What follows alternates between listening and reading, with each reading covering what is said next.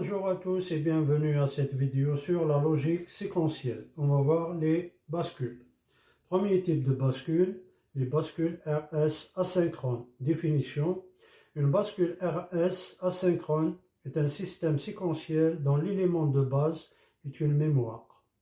Cette bascule est commandée par deux entrées, S comme set mise à 1 et R reset bien mise à 0.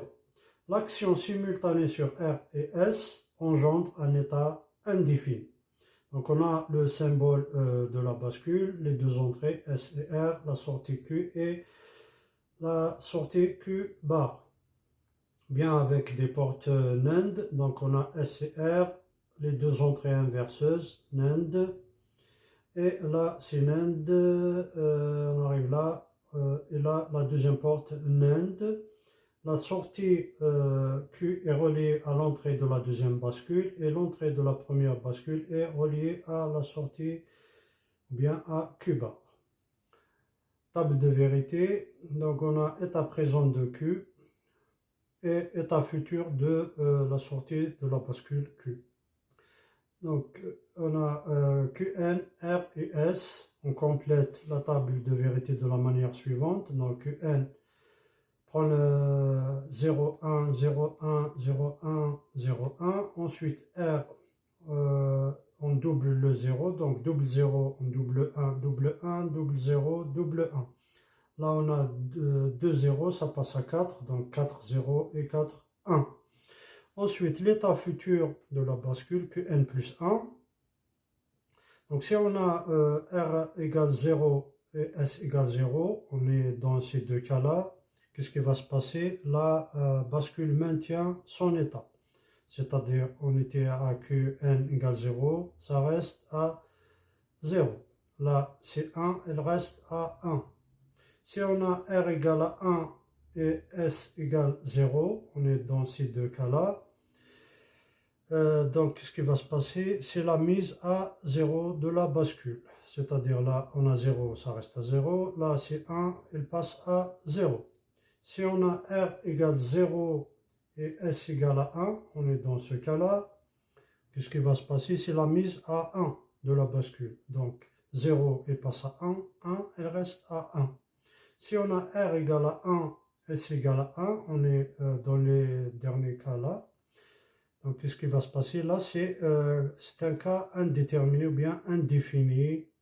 Là, je mets une croix. Donc, on ne connaît pas l'état de la bascule. Alors, maintenant, on passe à la table de Carnot pour simplifier ça et extraire l'équation de la bascule. Donc, on a les entrées SR, Qn, donc 0, 0, 0, 1, 1, 1, 1, 0, et là, pour Qn, 0, 1. Donc là, c'est l'axe de symétrie, là, c'est l'axe de symétrie. On a, ici, c'est le cas où la case vide, ou bien le cas indéterminé, on utilise à la place du cas indéterminé 1, x égale à 1. Et là, c'est la case vide utilisée en 0, c'est-à-dire là, à la place du x, j'utilise 1, 0. Donc, pour 1, donc j'ai ce 1 là, que je peux regrouper avec ce 1.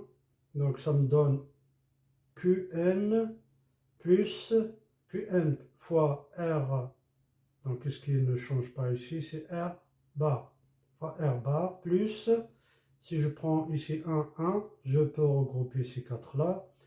Et ça me donne S. Donc, 1, 1, ça ne change pas. Donc, c'est S. Là, c'est pareil. Par contre, là, je prends pour X, je prends 0 ici, 0 ici. Donc, je peux regrouper ce 1 là avec ce 1 et ces deux 1 là. Donc, ça me donne Qn plus 1 égale Qn fois R bar. Qn fois R bar. Donc, 0, 0. Ça ne change pas. Plus SR bar.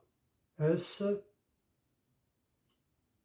Là, si je prends ici ces deux 1 là, c'est S, R bar. et je mets R bar en facteur, il me reste Qn plus S.